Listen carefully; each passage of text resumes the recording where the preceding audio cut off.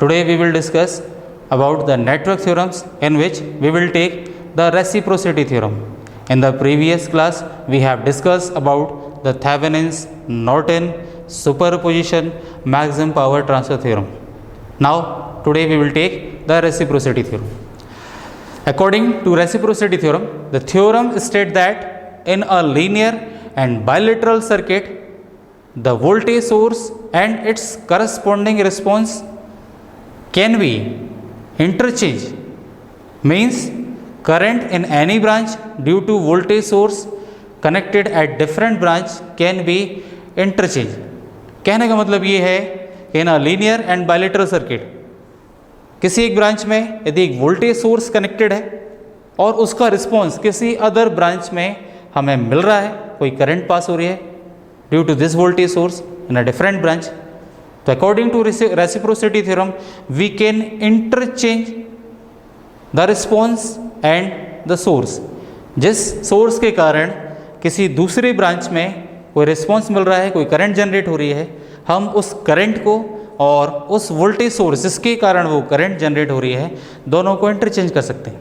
Means voltage source को हम उस ब्रांच में कनेक्टेड करते हैं जिस ब्रांच में उसी वोल्टेज सोर्स के कारण करंट जनरेट हो रही थी, तो वो जो करंट है वो करंट की वैल्यू हमें अगेन उस ब्रांच में मिलेगी जिस ब्रांच में पहले से वोल्टेज कनेक्टेड था, क्योंकि हमने उनको इंटरचेंज कर दिया. अब करंट वाली ब्रांच में वोल्टेज आ गया और करंट वाली ब्रांच में वोल्टेज आने के कारण जिस ब्रांच में पहले वोल्टेज था उसमें वही करंट की वैल्यू मिलेगी अकॉर्डिंग टू रेसिप्रोसिटी थ्योरम.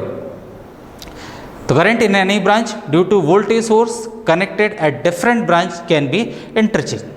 इसका मतलब यही है कि वोल्टेज और करंट आपस में इंटरचेंज होंगे. If we replace the position of voltage source and connect to the corresponding branch, then current at previous voltage source branch will same to the current of corresponding branch. वही जो मैंने अभी आपको बताया, we can understand this by using this circuit. हम circuit में देख सकते हैं कि जो सर्किट A है उस सर्किट A में एक वोल्टेज सोर्स है Vs और इसी सर्किट में एक ब्रांच कनेक्टेड है जिसमें एक रेजिस्टेंस लगा हुआ है R3. इस वोल्टेज Vs के कारण इस ब्रांच R3 में जो करंट जनरेट हो रही है वह I3. मीन्स इस वोल्टेज Vs का रिस्पॉन्स R3 वाली ब्रांच में क्या हो गया, I3. तो according to reciprocity theorem we can see in the circuit B the position of the current and voltage interchange. Means जो वोल्टेज Vs है वो वोल्टेज Vs उस वाली ब्रांच में आ गया जिसमें R3 कनेक्टेड था, और फिर जिस ब्रांच में पहले Vs कनेक्टेड था उस ब्रांच में जब हम करंट को फाइंड करेंगे तो वो करंट मान लीजिए I1 है, तो according to reciprocity theorem I3 equal to I1. ये सिंपल सा कॉन्सेप्ट है. यदि आप वोल्टेज और उस वोल्टेज के कारण जनरेट होने वाले रिस्पॉन्स को इंटरचेंज करते हैं तो वोल्टेज और रिस्पॉन्स इंटरचेंज हो जाते हैं. वोल्टेज की पोजीशन चेंज करने पर जिस ब्रांच में उस वोल्टेज के कारण जो करंट था, वोल्टेज पोजीशन चेंज करने के बाद वो करंट उस ब्रांच में पहुंच जाता है जिस ब्रांच में पहले से ही वो वोल्टेज लगा हुआ था. This is the reciprocity theorem. Now we will discuss about the steps for reciprocity theorem to verify.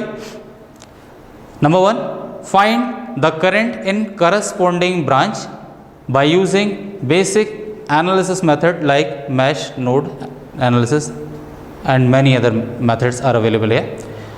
तो हमें सबसे पहले ये करना है कि हमें जिस ब्रांच में वोल्टेज कनेक्टेड है उस ब्रांच या उस वोल्टेज सोर्स की वजह से जो सर्किट्स में अदर ब्रांचेस हैं, अदर एलिमेंट्स जो कनेक्टेड हैं, उनके रिस्पॉन्स को फाइंड करना है. मीन्स उस वोल्टेज सोर्स की वजह से जो दूसरे ब्रांचेस हैं वहाँ पर जो करंट पास हो रही है, करंट जो जनरेट हो रही है, उसकी वैल्यू हमें फाइंड करना है using mesh node voltage division, current division.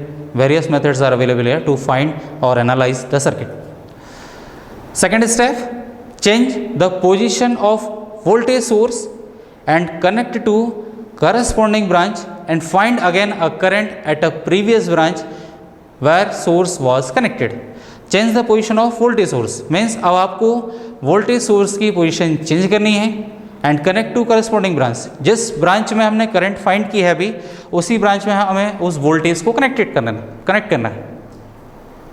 Connect करने के बाद जिस ब्रांच में पहले वोल्टेज सोर्स कनेक्टेड था, अब उस वाली ब्रांच में हमें करंट की वैल्यू फाइंड करना है। फाइंड करने के लिए वही तरीका है, नोडल मैथ्स, केवीएल, केसीएल जो भी हमारे पास है, उससे हम फिर से करंट की वैल्यू उस ब्रांच में फाइंड करेंगे जिसमें पहले वोल्टेज सोर्स लगा था, क्योंकि अभी हमने वोल्टेज की वैल्यू, वोल्टेज सोर्स जो है हमने उसकी पोजीशन इंटरचेंज कर दी, बदल दी। In third step both current will be same. जब हम सॉल्व करेंगे हम ये steps, when we will apply these steps on any circuit, we will find the both current will be same, दोनों करंट सेम मिलेंगे।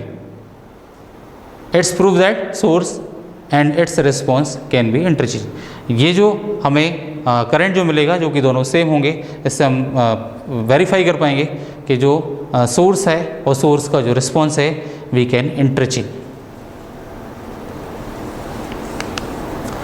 This is the circuit. We will apply all the steps of reciprocity theorem on this to verify the reciprocity theorem in the next class.